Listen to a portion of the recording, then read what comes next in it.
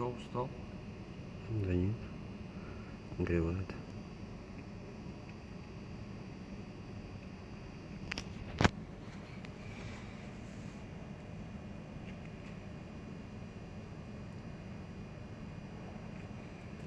У него просто колебание температуры идет туда-сюда.